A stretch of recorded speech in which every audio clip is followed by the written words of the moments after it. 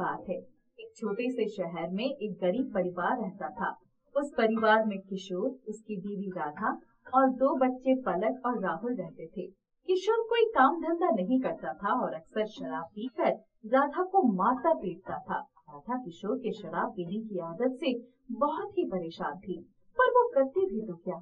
एक रात जब राधा अपने बच्चों को खाना खिला रही होती है, तभी शराब पीकर किशोर कहता है, राधा, मुझे पैसे दो, मुझे शराब पीने जाना है, मेरे पास एक भी पैसा नहीं है।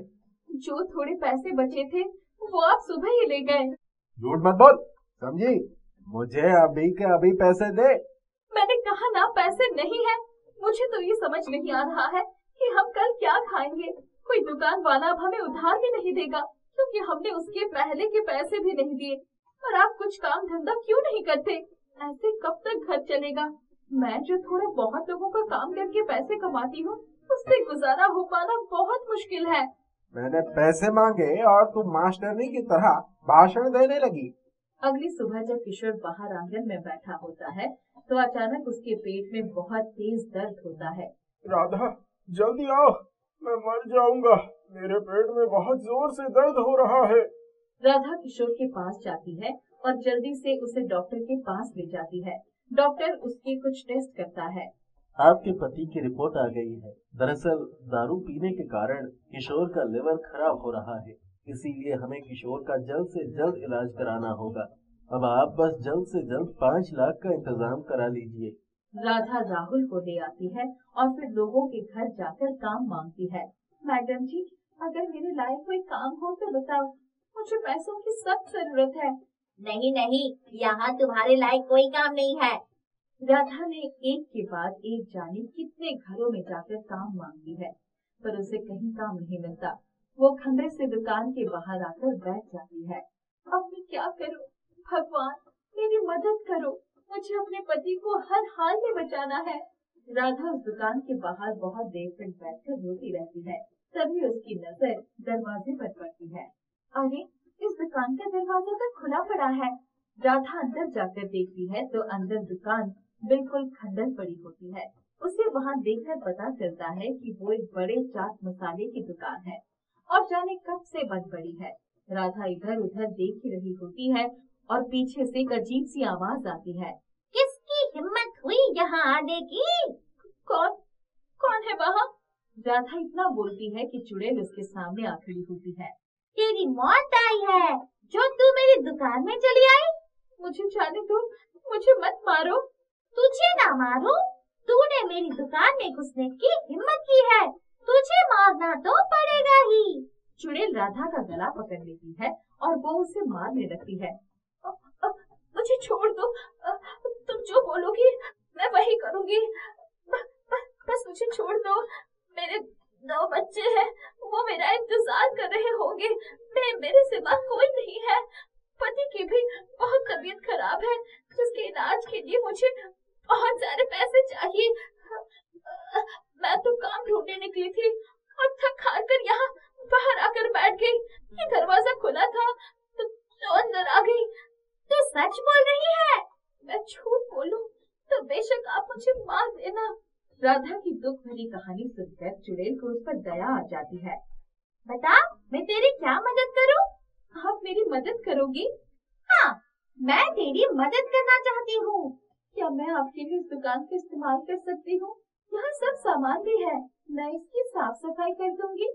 चुड़ैल एक चुटकी बजाती है और पूरी दुकान की सफाई खुद ब खुद होने लगती है। राधा ये देख हैरान रह जाती है।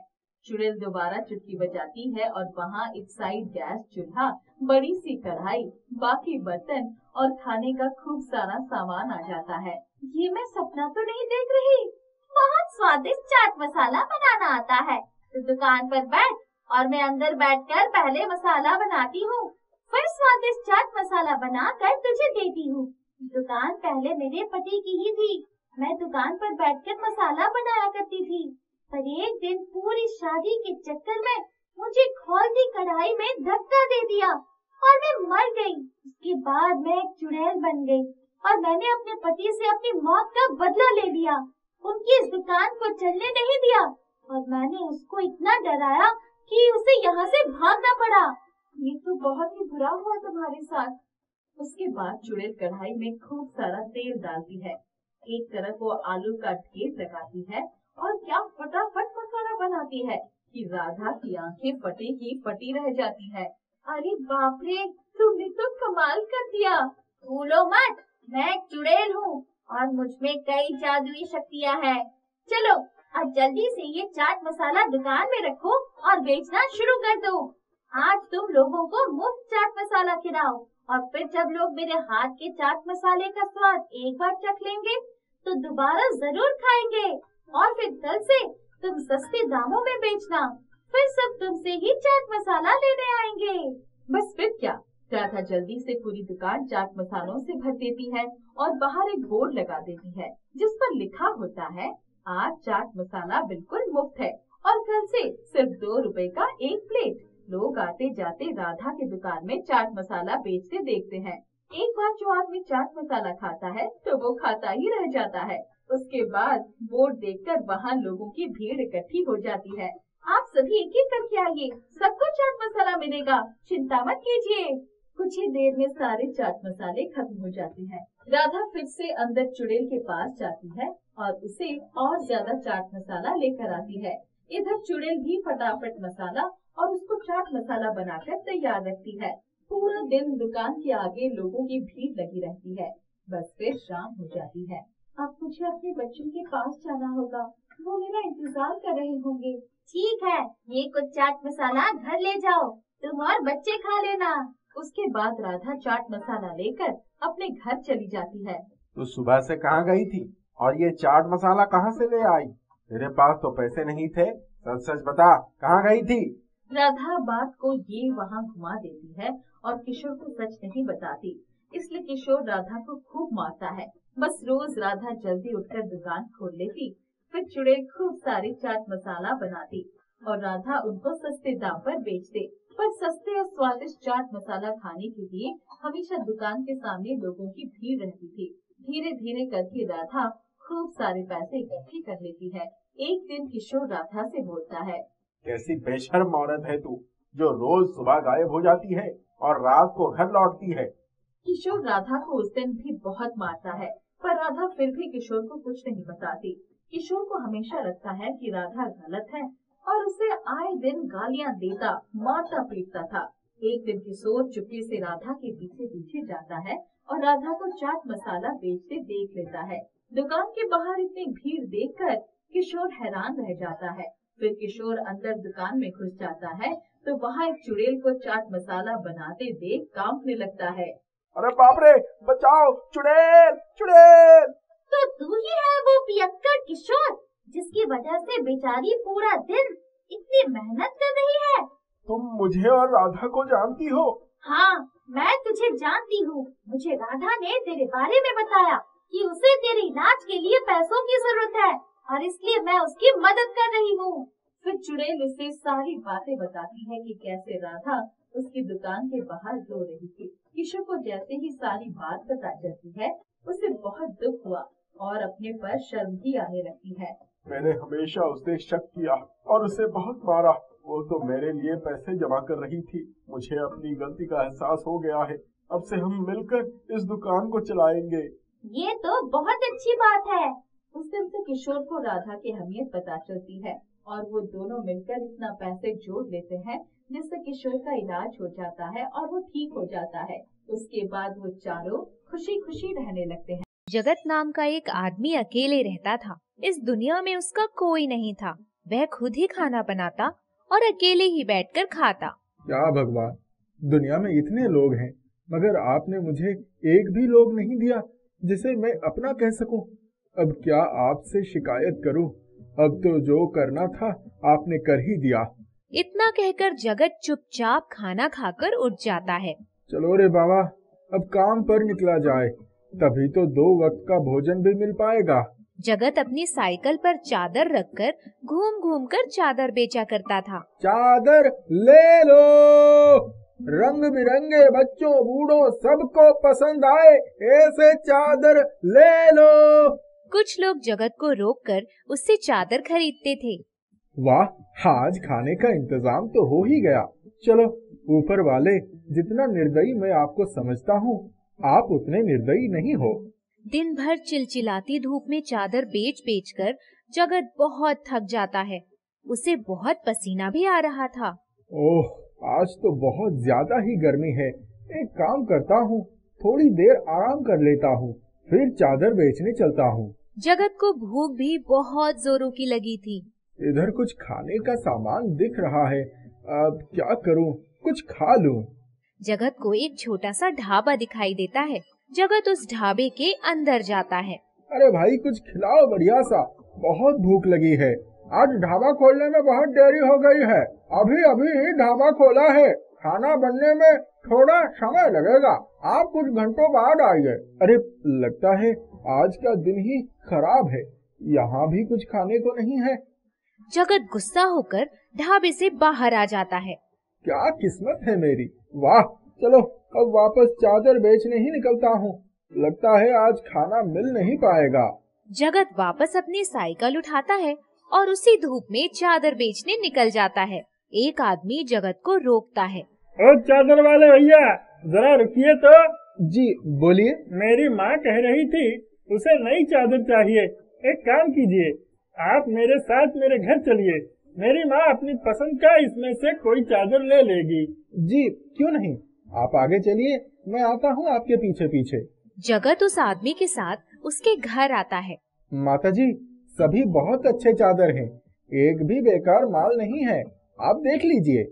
जगत के कुछ चादर और बिक जाते हैं और वह पैसे लेकर खुशी से उनके घर से निकल जाता है। पैसा तो आज मिल रहे हैं, लेकिन खाने का कुछ भी नहीं मिल रहा है। अब तो भूख भी ज्यादा बढ़ गई है। जगत आगे बढ़ता है तो उसे एक छोटी सी कुटिया दिखाई पड़ती है। उस कुटिया से बहुत स्वादिष्ट सुगंध आ रही थी। वाह, क्या महक है। आह, ऐसा लग रहा है कोई बहुत ही स्वादिष्ट व्यंजन बना रहा है। जगत उस सुगंध की ओर खींचता चला जाता है। उसे भूख भी बहुत जोरों से लगी थी और इतनी स्वादिष्ट महक उसे रोक नहीं पाती है। वह कुटिया के पास आता है। कौन रहता है इस कुटिया में? आखिर इतना स्वादिष्ट व्यंजन कौन बना रहा है?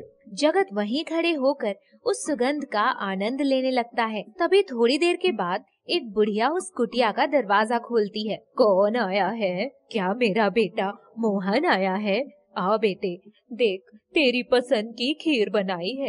अम्मा जी, मैं आपका बेटा मोहन नहीं, मेरा नाम जगत है। मैं तो इस खीर की महक से यहाँ खींचा चला आया। अच्छा, तू मोहन नहीं है?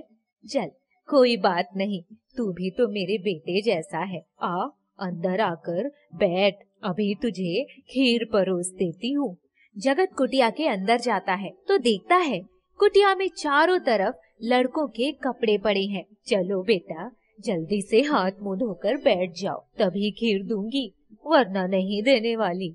नहीं नहीं अम्मा, मेरा हाथ बिल्कुल साफ है, आप जल्दी से मुझे खीर दे दीजिए। हाँ हाँ, ऐसे ही मेरा बेटा मोहन भी करता था जब भी मैं खीर बनाती थी। अच्छा चल, आज तेरी बात ही मान लेती हूँ। इतना कहकर बुढ़िया एक कटोरे में खीर निकाल कर लाती है और जगत को देती है। जगत खीर खाते ही कहता है, वाह अम्मा जी, क्या खीर बनाया है आपने, मजा आ गया। ऐसा स्वादिष्ट खीर तो मैंने कभी नहीं खाई। जगत तुरंत सारी खीर चट कर जाता है। अरे बेटा, इतनी जल्दी जल्दी मत खाओ, गरम है, मुंह जल जाएगा। अम्मा जी, ये देखिए, तुरंत खत्म कर दिया मैंने ये खीर। बैठ और लेकर आती हूँ। इस तरह बुढ़िया जगत को मन भर के खीर खिलाती है। अब बस, अब और नहीं खा पाऊंगा। वाह, क्या खीर थी। जगत खीर खाता है और पानी पीता है और वहीं पर सो जाता है। जब उसकी नींद खुलती है तो वह देखता है अम्मा जी कुटिया के बाहर लगातार देख रही हैं। क्या हुआ अम्मा जी, आप लगातार कुटिया से बाहर क्यों देख रही हैं? मैं अपने बेटे का इंतजार कर रही हूँ। कहाँ रहता है आपका बेटा? पता नहीं, 4 साल से वापस आया ही नहीं। बोल कर गया था आएगा, जंगल से लकड़ियाँ काट कर, मगर अभी तक नहीं आया। हर रोज उसका ही इंतजार करती हूँ। उसे खीर बहुत पसंद है, इसीलिए खीर बनाकर उसका इंतजार करती हूँ। जैसे ही आएगा उसे खीर खिलाऊंगी। क्या 4 साल से वो वापस नहीं आया और आप 4 साल से उसका इंतजार कर रही हैं? हाँ बेटा, यह सब देख रहे हो, कुटिया में जितने भी कपड़े हैं सभी उसके हैं। वह इसी तरह रख कर गया था, आएगा तो इसी तरह देखकर खुश हो जाएगा। बुढ़िया की बातें सुनकर जगत की आंखों में आंसू आ जाता है। जगत सोचता है, अगर वह लकड़ियां काटने गया था तो अभी तक लौटा क्यों नहीं? इसका मतलब हो सकता है किसी जंगली जानवर ने उसे अपना शिकार बना लिया हो। अम्मा जी, आप भी मुझे अपना बेटा मान सकती हैं। अब मैं चलता हूँ, मुझे बाकी के चादर बेचने हैं। जा रहे हो बेटा?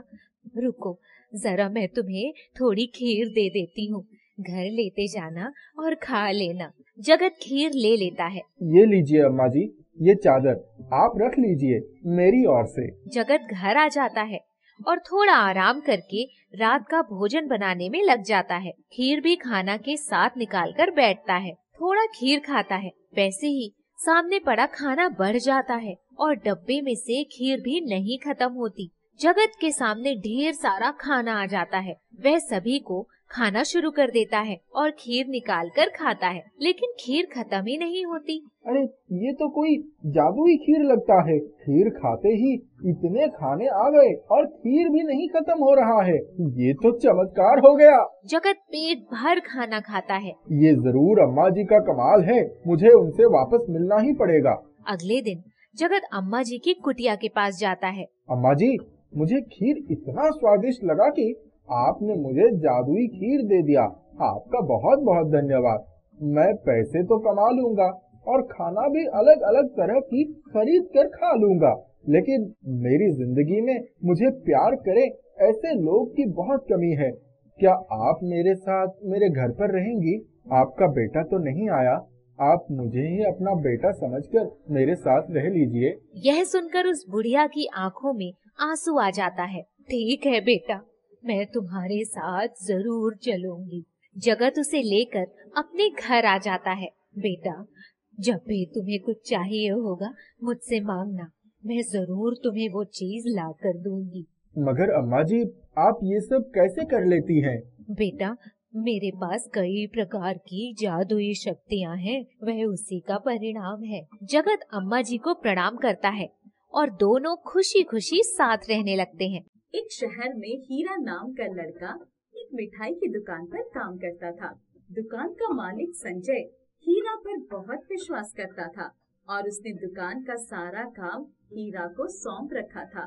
संजय का हीरा के साथ लगाव देखकर उस दुकान पर काम करने वाले अन्य लड़का अजीत अभूत ईर्ष्या रखता। अजीत हीरा को संजय की नजर में गिराने का कोई ना कोई बहाना ढूंढता रहता। एक दिन संजय दुकान के लिए 5 किलो घी का डब्बा लेके आता है। दुकान का सारा सामान और पैसों का रख रखाव हीरा की देख रेख में रहता था। अजीत मौका पाकर वो 5 किलो घी का डिब्बा चुरा लेता है। जिस दिन अजीत वो डिब्बा चुरा कर जाता है, उसके अगले दिन से ही हीरा बुखार के कारण दुकान नहीं आ पाता। अरे अजीत, तुमने वो घी का डिब्बा देखा है जो मैं अभी कुछ दिनों पहले ही लाया था? अजीत तो इसी मौके की तलाश में था।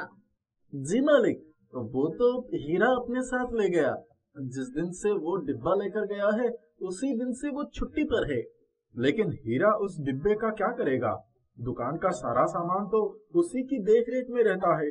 मालिक, वो तो खुद को दुकान का मालिक समझता है और जब उसका दिल करता है वो दुकान का सामान घर ले जाता है, यहाँ तक कि पैसे भी ले जाता है। संजय अजीत की बातों में आ जाता है और जब हीरा बुखार से ठीक होकर वापस काम पर आता है तो संजय उसे बहुत भला बुरा कहकर दुकान से निकाल देता है। हीरा को कुछ समझ नहीं आता कि आखिर क्या बात थी और किस वजह से उसके मालिक ने उसे नौकरी से निकाल दिया। हीरा बहुत दुखी मन से एक मंदिर में जाकर बैठ जाता है। हीरा मालिक की बातें याद कर बहुत रोता है। उसे मंदिर के एक कोने में एक साधु बैठे होते हैं जो हीरा को रोते हुए देख रहे थे। साधु हीरा के पास जाते हैं। क्या बात है बेटा, तुम कुछ परेशान लग रहे हो, मुझे बताओ, शायद मैं तुम्हारी कुछ मदद कर सकूं। हीरा को साधु की मधुर वाणी सुनकर बहुत शांति मिलती है और वो साधु को सारी बात बताता है। साधु को हीरा पर बहुत दया आती है। ये लो बेटा, इसमें देसी घी है, तुम इसे ले जाओ और इससे अपना खुद का मिठाई का काम शुरू करो। बहुत जल्द ही सब कुछ ठीक हो जाएगा और सच्चाई सबके सामने आ जाएगा। इन सब में ये घी तुम्हारी सहायता करेगा। लेकिन बाबा, इतना सा घी ये सब कैसे करेगा? बेटा, ये जो घी मैं तुम्हें दे रहा हूँ, ये कोई मामूली घी नहीं है, ये जादुई घी है। तुम्हें सिर्फ इसे 1 चम्मच में लेना है और उस मिठाई का नाम बोलना है जो तुम इस घी से बनाना चाहते हो। फिर तुम जादू देखना, कैसे उस मिठाई से भरा थाल अपने आप तुम्हारे सामने आ जाता है। हीरा को साधु की बात पर विश्वास नहीं होता, लेकिन वो साधु का मान रखने के लिए वो घी का डब्बा लेकर घर आ जाता है। उस साधु ने जो कहा, क्या वो सच है? क्या सच में ये घी जादुई है? देखता हूँ। गुलाब जामुन। इतना कहते ही हीरा देखता है उस छोटे से घी के चम्मच से एक बड़ा सा थाल निकल रहा है जो गुलाब जामुन से भरा है। हीरा की खुशी का तो ठिकाना ही नहीं रहता। बर्फी। इतना कहते ही चम्मच से बर्फी से भरा एक थाल निकल आता है। हीरा मिठाई चखकर देखता है और मंत्र मुग्ध हो जाता है, क्योंकि उसने कभी भी ऐसी मिठाई नहीं खाई थी। हीरा शहर के बाजार में रेहड़ी लगाकर मिठाई बेचने का कार्य शुरू कर देता है। वो प्रतिदिन सुबह उठकर जादुई घी को चम्मच में लेकर कभी गुलाब जामुन तो कभी बर्फी, कभी रसगुल्ला तो कभी जलेबी मिठाइयाँ बनवाता और उन्हें बाजार में जाकर बेचता।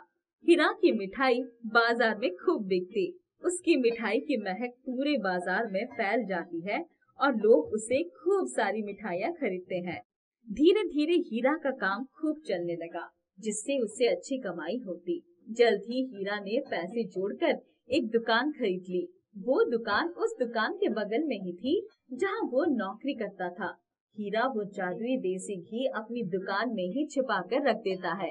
प्रतिदिन हीरा सुबह दुकान आकर उस जादुई देसी घी को चम्मच में लेकर विभिन्न प्रकार की मिठाइयाँ बनवाता और फिर उन मिठाइयों को दुकान में बेचने के लिए लगा देता। मिठाई की खुशबू पूरे बाजार में भर जाती और लोग मिठाई खरीदने उसकी दुकान पर लपक जाते।